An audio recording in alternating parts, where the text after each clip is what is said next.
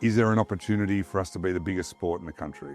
And I often sort of talk about this idea that if you were creating a sport for today's community, what would it be?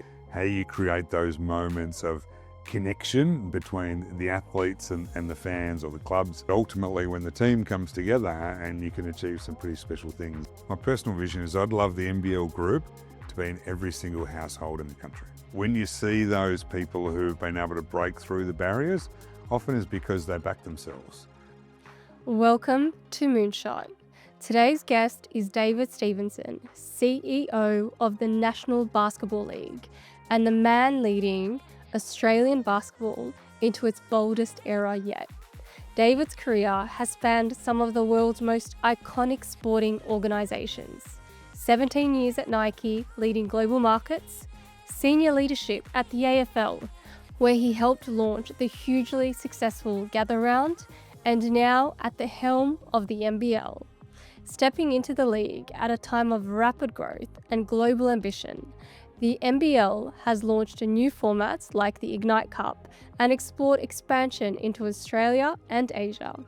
And this September, it will host the Pavlos Giannakopoulos tournament for the first time outside Europe, bringing European giants Panathinaikos and Partizan to Australian courts. In this episode, we explore what it takes to grow the NBL into a global force, how innovation and technology are reshaping the fan experience, and the future of basketball in Australia, from grassroots driveways to the world stage. This episode isn't just about basketball. It's about vision, leadership, and building something bigger than yourself. If you're enjoying the show, don't forget to subscribe so you never miss an episode of the Moonshot podcast. I'm your host, Tatjana Pandurevic. Let's dive in. Dave, thank you for joining the Moonshot podcast. Super exciting to have this conversation with you, given all your experience in sports and my personal passion for the industry. Great. Thanks, Tatjana. I know you've done an amazing job, I think, with the Moonshot podcast. So I feel very honoured to be a part of it. We've got to get started with your background first. So I did mention you've been in sports, but you've quite literally had a career spanning sports. Can you give a brief intro into some of the roles that you've had, how you got to where you are today and your role at the NBL? Yeah, great. Look, lots of people have had amazing careers. So I'm not unique. But started off at Foot Locker when I was 15 for about $4.95 an hour and spent a lot of time there. Moved to Nike when I was 21.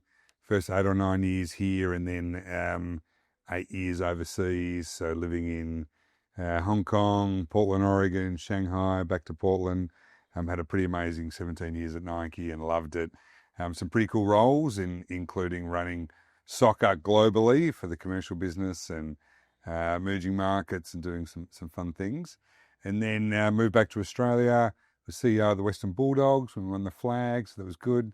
Then into the AFL for about 7 years as GM of operations, and now 2.5 years at the NBL group. So I feel very fortunate and blessed, and it's not often that you get a chance for your personal passion for sport and kind of turn into a career. So I feel very, very fortunate. No, it's amazing that you get to do this for your day job. Yeah. And what a time that you've joined the NBL at.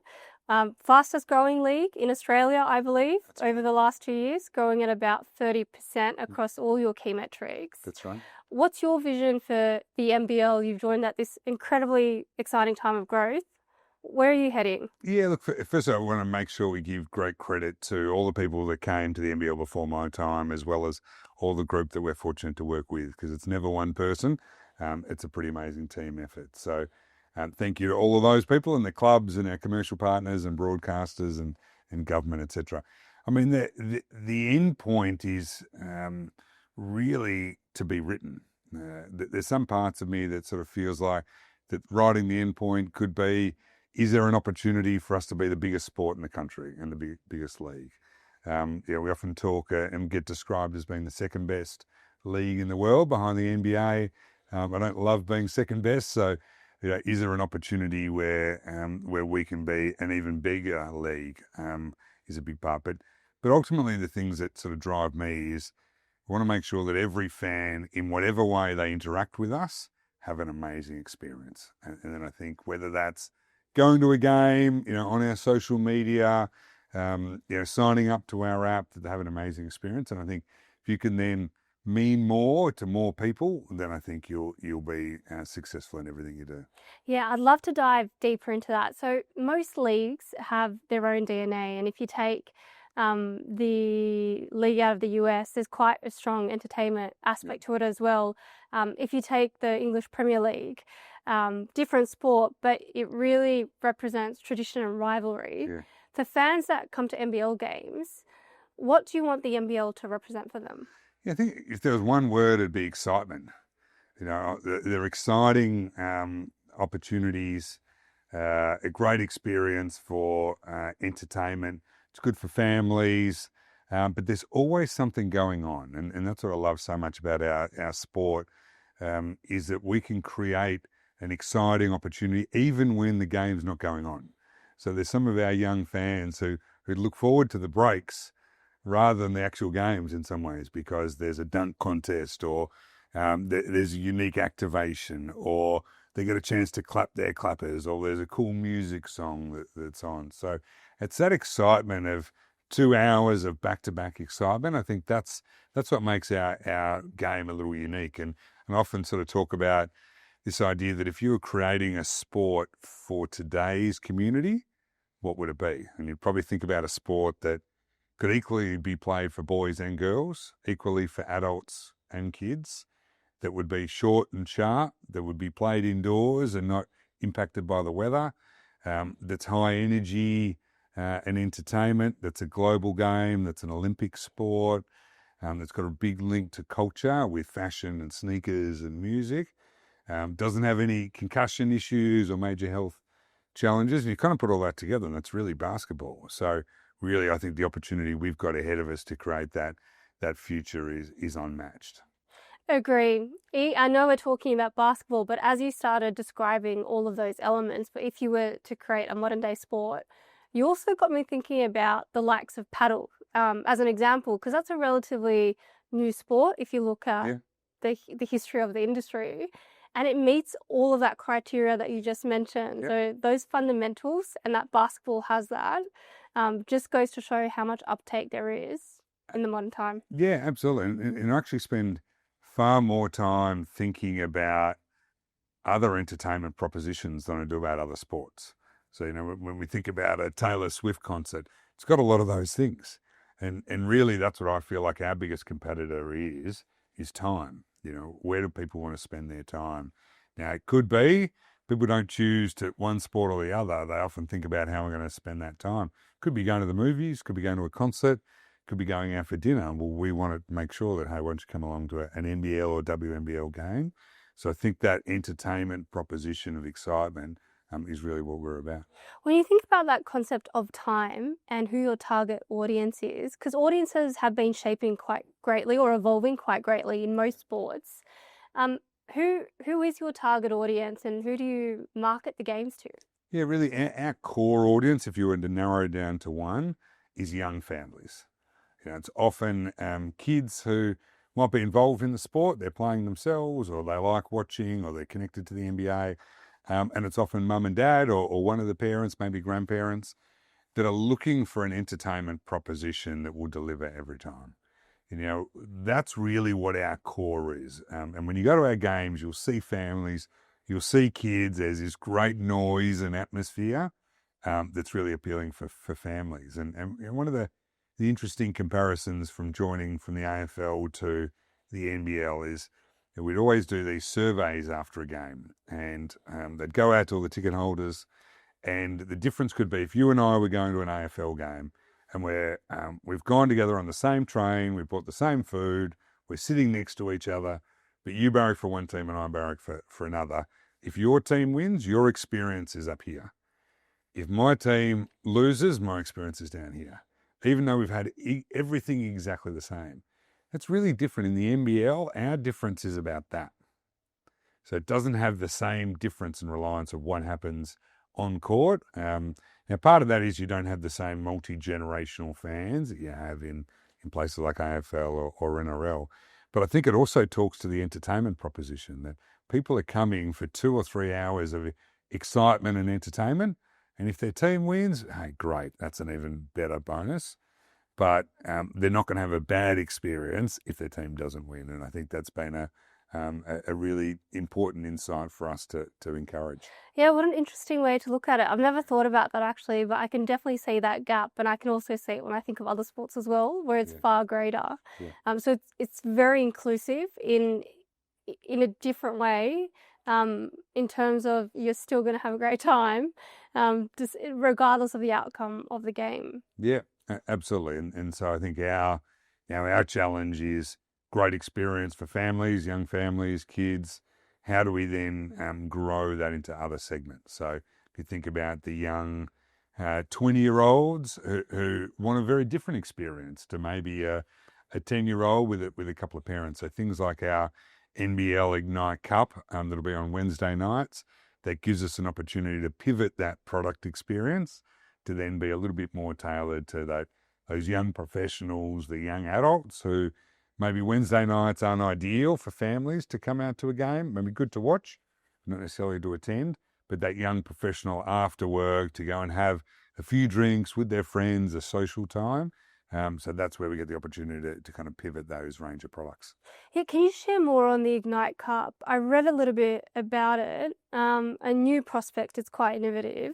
Can you give more detail to our audience that might not have heard about it? Yeah, sure. It's really a combination of a whole lot of initiatives coming together. So one of the things that was important is how do we play more games? At the moment, the teams are playing 29 games in a season.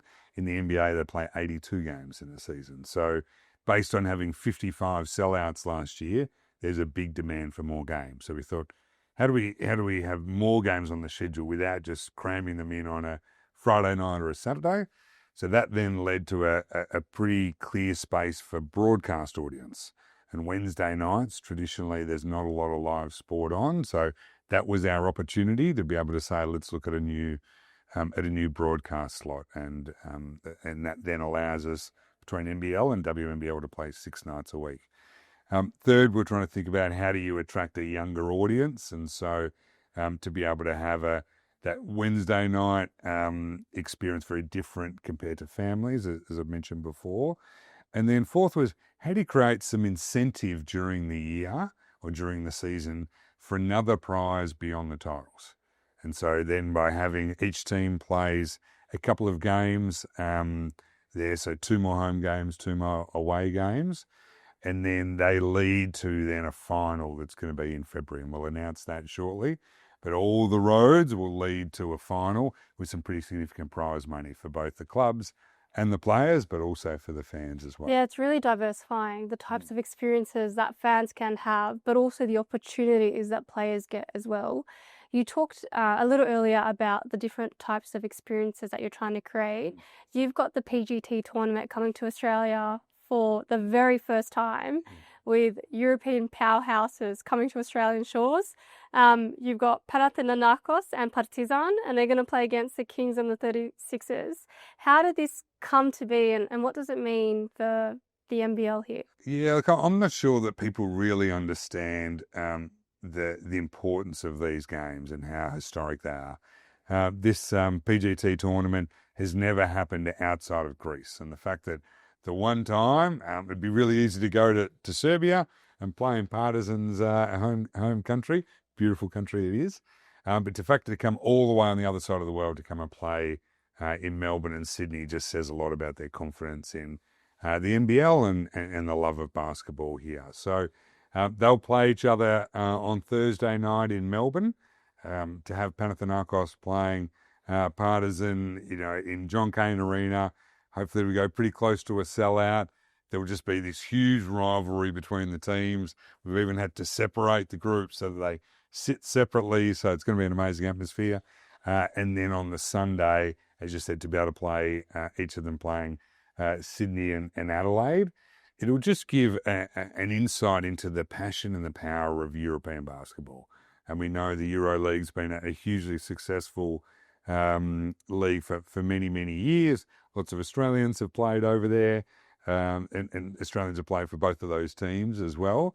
But I think the atmosphere that will be created in these games will be off the charts in terms of energy, and there's still some tickets to be sold, so please feel free to jump onto nbl.com.au, and it'll be a great way to celebrate European basketball. Oh, it will be unreal. And the thing that I love most about these events is you don't need to be a traditional basketball fan to be able to attend these kinds of games and just experience the excitement and the way that sport brings people together in really, really unique ways. Yeah, absolutely. And we feel like we've got passionate fans, and I think our fans are absolutely fantastic. But I think there's a whole new level in some of these teams in Europe. So it'll be great. And I know the players are looking forward to coming out. The coaches are. They've made a commitment. They're going to have their best teams. It's going to be an amazing experience. It's going to be loud. It's going to be historic. And it's certainly the place to be over the next week. There's been growing talk of NBL expansion, perhaps new teams in Australia or even interest from Asia. How do you think about potential expansion for the league? Yeah, look, there's always three boxes that we want to tick before we'll expand. And firstly is it's about fan support. Have we got enough fans in that market who are really passionate about coming to a game and watching? Two is corporate support. We obviously need revenue to be able to invest into the team, pay the players, etc. That's the second one. And then third, which is often the trickiest, is the infrastructure.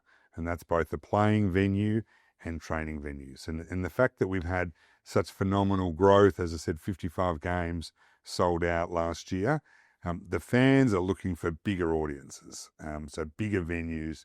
Really, the 4,000 or 5,000 seat venues that some of our teams used to play in are just too small now. So we need to be looking at 8,000, 10,000, 12,000, 15,000 seats. So that's the work that we're putting in. We need to get all those three boxes ticked. The other part is we won't expand just for expansion's sake. So as much as we want to have more teams, we're not going to compromise on any of those three, because our fans have been let down a lot in the history of the NBL, with teams coming in, playing for a few years, and then they don't have enough of that support, and then they've shut down the club. And that's not something that under our watch we're going to let happen. It's been 27 different teams in the NBL over its history. And so what we want to make sure is that the 10 that we've got now, and again, there's been no clubs that have gone out of business in the last 10 years. We want to make sure that those multi-generation of fans can see that same club play year after year. So that's why expansion's important to get right. And then also I think what we want to make sure is we're using that as a way to grow fans, to grow interest in the game. And I think based on how the league's performing and the growth that we're seeing, we've got a lot of confidence that I think in the down the track, I could easily see us to going to 14, 15, 16 teams. Yeah, no, as you're talking there, the emphasis really is on not compromising on the quality of experience for whether it's the fans, the players, or the existing teams that are already within the ecosystem, and the sponsors around that, to ensure growth is also sustainable. And as you said, doesn't short fuse on dedicated, loyal fans for existing teams. I didn't realise that had been happening previously within the league. Yeah, absolutely. So again, under the ownership of Larry Kesselman, again, no clubs have gone out of business. But I think the other part is we've now got a really clear roadmap of how to put an expansion team in, and that's really the Tasmania Jack Jumpers. A relatively small market in Hobart. They play some games in Launceston, but they have sold out every single game they've ever played. They've made the finals in almost every year. They've won a title. They're profitable. The way in which they've embraced the community and the community's embraced them has been remarkable. And really, they've become Tasmania's team in a very short period of time. So full credit to Christine Finnegan and the team there. What we need to make sure is that the next team that we create, that we're looking to the Jack Jumpers as that model to follow. Blueprint for success. Yeah. I want to talk to you about an area that's close to my heart, which is technology. Great. And technology has been evolving and integrating with sports in lots of different ways. How do you see technology impacting basketball And how are you thinking about incorporating it as you continue to build out the league? Yeah, absolutely. I think we've got a big opportunity to improve in this way. And I think that's not just our league and our sport, but I think multiple sports, because I don't feel like we've really capitalized on the developments in technology and how that can help the fan experience. So a good example I use is that you often go along to these games. Same thing happens at a concert, and you see people who are experiencing it. And what are most people doing? They've got their phone out and they're trying to capture the data, but they can't do both, because they're trying to capture the moment, the experience, as well as trying to really enjoy it themselves. So you can often talk about, wouldn't it be amazing if there was technology that somehow captured everything that happened at a game without you having to do it yourself from your seat? So if you could imagine a camera, behind your seat that could capture everything, that means that you could just be there and really experience without having to try and capture every moment along the way. And then at the end of the game, then hey, you get sent a full video replay, maybe a shorter content that you could upload to social media, maybe a highlights package of the magical moments. I just think there's so many ways in which we can use it to enhance the fan experience rather than compete with it. In the same way as you look at, where people at home are often watching on TV and they've got a second screen there and they're looking at stats while they're trying to do it. Again, the fact that we have to have two different experiences, surely there's got to be a way in which we can integrate that a little bit better. Yeah, there's a great example that the NFL did last year, I believe. And this is for fan experience in particular, where at their museum, they created an experience where fans could take a photo, upload it, and pick one of 5 scenarios to be immersed in. So they could be in a locker room speech, they could be wearing a jersey on the field with one of their favorite players. But there's going to be so many opportunities to innovate and really start to engage with fans in a different way. Absolutely. I think one of my other favorites is COSM in the States. If you haven't had a chance to have a look at it, it'll blow you away. It's a purpose-built facility that has a screen as big as the eye can see, high and low, and incredible sound. And so you go there to watch a game. So instead of watching on your TV, but it's a massive, huge wall, and all the sounds and all the experiences, and it's really giving you that courtside experience. And so you go in and book in there, and you can have food and drinks. Huge investment, but it just enhances a whole new experience that people now are wanting to go there instead of going to a game, because you get all those other experiences too. So there's lots of things I think in Australia we can improve. Oh, it will be very cool as we start continuing to innovate in this space. What about player analytics? And I draw an example from the Aussie Open this year.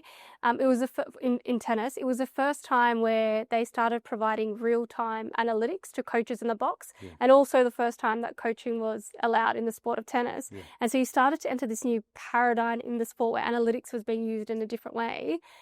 Are you doing anything at the moment around player analytics? Yeah, we are, and we're doing bits and pieces in that. I think, again, this is where I keep talking about how do we focus on the fan experience. Is for some of our fans, absolutely, they want to know down to the micro statistic of how that player is performing and what they do in that position and against that opposition. I think that's really great. We're doing a fair bit of work on that. I think what we're missing in terms of that additional information is the storytelling. Is the bulk of our fans aren't looking at the micro statistic down to the analytic level. What they want to know is more about the players. Who are they as humans? What do they do off court? So when we look at our social media, the content that is all about analytics gets picked up a little bit, but the content about storytelling and what the player does before the game and what do they do on their weekends and what do they pack into their bag when they go on a road trip, that's far more taken up, because people want to know more about the humans rather than just the statistics. So I think, yes, there's an opportunity on analytics, but I think the bigger opportunity is player storytelling in a way that's easy for people to digest. It really aligns with the biggest trends in social media at the moment, which are all around organic content or authentic content because people feel like they can connect to it. And that by far has been the best performing medium across most social channels. And it just goes to show that it's representative as well within the sport and how you showcase the players and the behind the scenes and a day in the life as well. Yeah, absolutely. I mean, it's no success, everyone's talked about Drive to Survive and what they did. So when you took an athlete that, they've got a helmet on, you don't know what they look like, they're flying past you at 300 k's an hour, they're in a car that you can't buy, they're making a fortune far more than anyone else who's watching. Just a very big distance between the fan and their heroes or the athlete. Now with something like Drive to Survive, you get to know them. You know what they look like, you know what they're interested in, you see their personalities, you see the drama that comes with it, and it's no surprise then that you've seen Formula One attendances and ratings go through the roof. Well, that's exactly why it's so powerful, because of all these people that have been brought into the sport because of series like that previously never watched a race, had no interest at all in the sport, but just by getting a glimpse into that kind of content, it's completely opened up the type of audiences the F1 started to attract. Yeah, absolutely. And that's one of the things we're really focused on for WNBL. So WNBL on court has been a huge success. Every single one of those players had come through the WNBL. But people don't know enough about them. They don't know the players. They don't know the stories. And so it's a big focus for us is how you tell the stories, how you create those moments of connection between the athletes and the fans, or the clubs and the fans.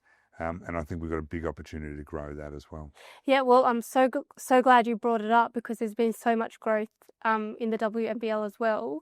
How do you plan on bringing that further up to the forefront of sport? Yeah, I think, again, and full credit to Basketball Australia has been running WNBL for many years. Again, the on-court product is great, amazing.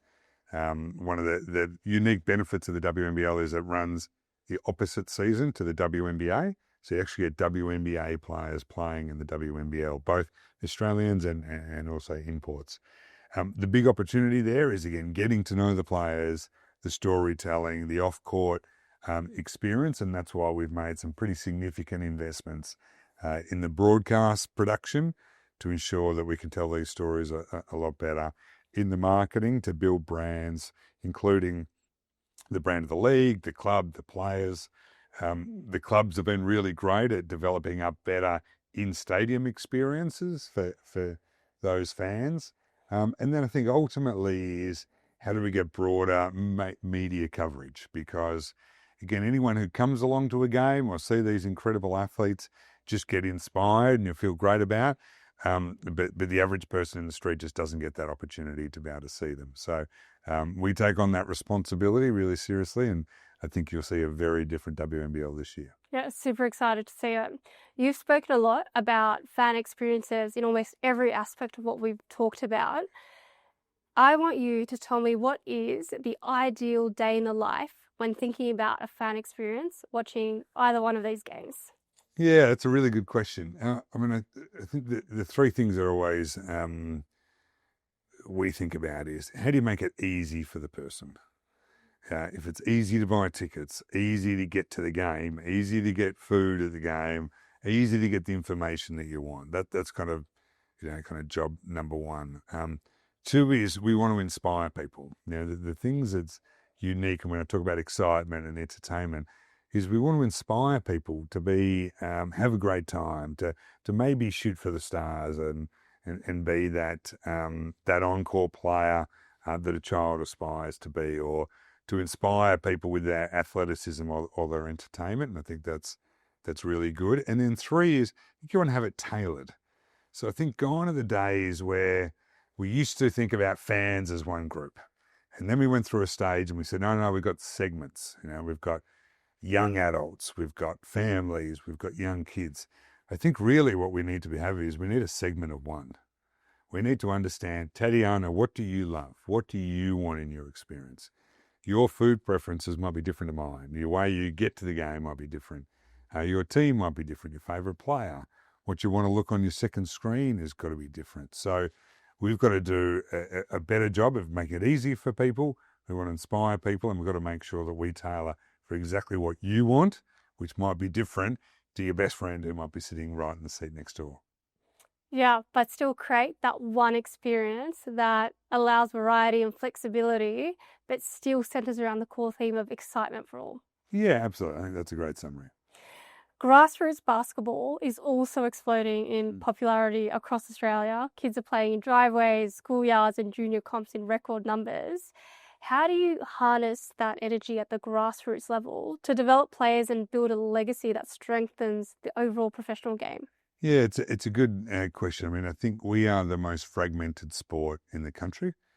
We have responsibility for running the NBL and the WNBL in partnership with Willamette Capital. Basketball Australia have responsibility for elite teams and participation, but part of their federated model, they've got all the states, Basketball Victoria, then you've got associations, and then you've got clubs. So you've got the NBA who are doing a lot of things here. You've got private businesses, you've got the Euro League. So there's so many different parts of our basketball ecosystem. So really job one that I've spent 2.5 years trying is how do you bring the whole ecosystem together? Because what we'd like, again, thinking about that experience for whether it's a fan or a player, how do we make it easy that when they sign up to play basketball, wouldn't it be great to be able to know who they support? They support, Sydney Kings in the men's, and they support Canberra Capitals in the women's. So then we can start to tailor content to them on their favourite teams, and we want to know their favourite players. And so firstly, you've got to get the whole ecosystem working together. And then two is recognise and help others in the ecosystem to improve their responsibilities. So we don't have responsibility for basketball participation. That's really Basketball Australia who do that. But if we can inspire kids to play, and if we can help families make it easier because they see these great leagues, that's going to really help grow the participation rates. And if we grow participation, then they're naturally a better chance of being fans. And so I'm always thinking about how can I help Basketball Australia or Basketball South Australia be more successful in what they're doing. And I love them to help us as well. And I think there's a good spirit that we've all got a role to play in that ecosystem. And the only way we're going to really, truly realise our potential is you get all that ecosystem, whether they're participants or fans or broadcasters or venues or clubs or government, all working together. And if we can do that, we'll be unstoppable. You'll bring up the whole sport in unity. That's the plan. You've led through some tough, high-stakes moment throughout your career, from Nike to the AFL and now the NBL. What's your approach to leadership? Yeah, look, I don't ever profess to be an expert, but there's always a couple of things that are important for me. One is being authentic to yourself, but authentic in your leadership style. I just think people are too smart. They see past you if you're trying to be someone who you're not. I think secondly, always trying to think about how can I make that person better? Now, sometimes that might be someone in your team. It might be your boss. It might be an external stakeholder. But I feel like if I can help them be better, they're probably more likely to help me be better too. And so I'm always trying to think about it in that regard. And then three is, I think, a really underused word is alignment. Is I think when there's so many things going on in our business, let alone that whole ecosystem, how do we spend enough time getting aligned with people? And that might mean alignment for them on what's their work-life balance situation. Where are they trying to go in their careers? What are their family situations like? And how can I help and support them and align on, hey, what's important? Because for some people, and I think I've worked out a lot in leadership, is no two people are motivated the same way. Some are motivated by the title that they have in their role. Some are motivated by remuneration. Some there's a recognition component. They love their name up in lights.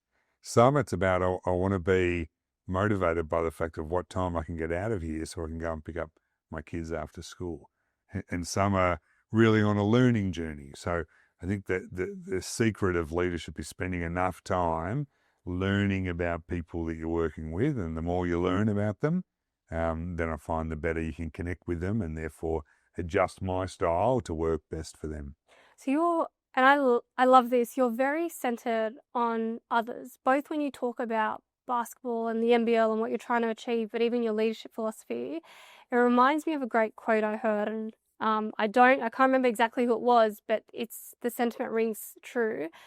Average leaders make you feel like they're important. Great leaders make you feel like you're important. And the way that you talk about both leadership and the NBL really reminds me of that, and I highly commend you for that. Thank you. It's trying. I'm certainly not perfect, but we're all. I think at the end of the day, it's a people world. It's a people industry, and as much as we talk about great AI and technology, but at the end of the day, it's human to human connection is the biggest variability in success. Absolutely. Sports teaches resilience. You miss more shots than you make, and that's especially true for basketball. After everything you've experienced leading high performance teams across your career, what's the one thing that sport has taught you about life? For me, it's teamwork. I'm lucky enough to have played sport at a pretty senior level in sport, as well as at the local community level. I'm a very biased person, but I feel like team sports creates more learning lessons than any other part of life, because you have to work collaboratively with others. It's not like a family where you're forced to be together. It's a choice that people have, and teams operate in a way that everyone's got different strengths and different weaknesses.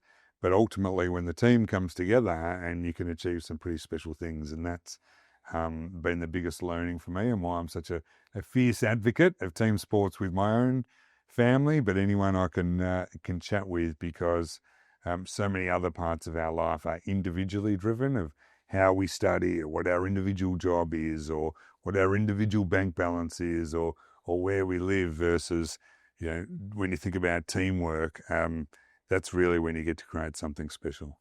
Your moonshot vision for the NBL over the next 5 to 10 years. I know earlier you said it's still being written, but when you really think about where you'd like the league to get to, what are your thoughts? Yeah, look, I would love, my kind of personal vision. So we haven't got to this as an NBL group so far, but my personal vision is I'd love the NBL group to be in every single household in the country. Now, that's a big, ambitious goal, and we might be in some with a participant who's playing under eights for the Nuttawading Spectres, but I'd like us to have a relationship with them. It might be the 40-year-old mother who likes to watch with her family on a Saturday night. It might be the 27-year-old boy who used to play but loves Bryce Cotton as his favourite player. Or it might be the family ritual that they have that, once a year they go to the open air game for Melbourne United. So if there was a way in which we could be in every single household in a meaningful way, and knowing it'll be different for each person in that household, that would be a pretty amazing vision. I love the vision, and it's definitely bold and thinking big. Final question. There will be a lot of basketball fans and players listening to the show, and the sport certainly brings hope. Whether someone's training and they'd like to be in the sport, or they're surrounded around the sport, for those that are chasing their own big dream, you've led high performance teams, you've been around high performance, what's one piece of advice you would give them? Dream big. I mean, I think it's easy to say, but I think naturally in society, we're all often told what we can't do. And when you see those people who've been able to break through the barriers, often is because they back themselves. And it might be Paddy Mills, who, he's not 6'10", he's a whole lot smaller, but he backed himself, and he dreamed about going to the NBA, and he achieved it. You look at someone like Jack McVeigh, and the way he started and progressed through, and he gets a chance and goes to play in the NBA, and now gets an opportunity to come back to the NBL and set himself and his family up for future. Is, you can never achieve the ultimate unless you think that you can. And I think part of that is the dreams. And in a country like Australia and New Zealand, where dreams are encouraged and they're fostered, and families often try and support each other with the dreams, I think that's a pretty untapped emotion that I think people can think about that goal and that end dream, and they're willing to work hard enough for it, then I think more often than not they get there. Dave, thank you so much. It's been an honour having you on the Moonshot podcast, and I'm very excited for what you will continue to build the NBL into. Thanks so much, Tatjana. Really enjoyed the conversation, and all the best to you and your listeners, and can't wait to keep in touch. Cheers. Thanks, Thank Dave. you. Thanks for tuning in to this episode of Moonshot. If you enjoyed this conversation, please subscribe to the show and leave a review. It helps me bring on more amazing guests like David and continue to share bold, thought-provoking ideas. See you next time on the Moonshot Podcast.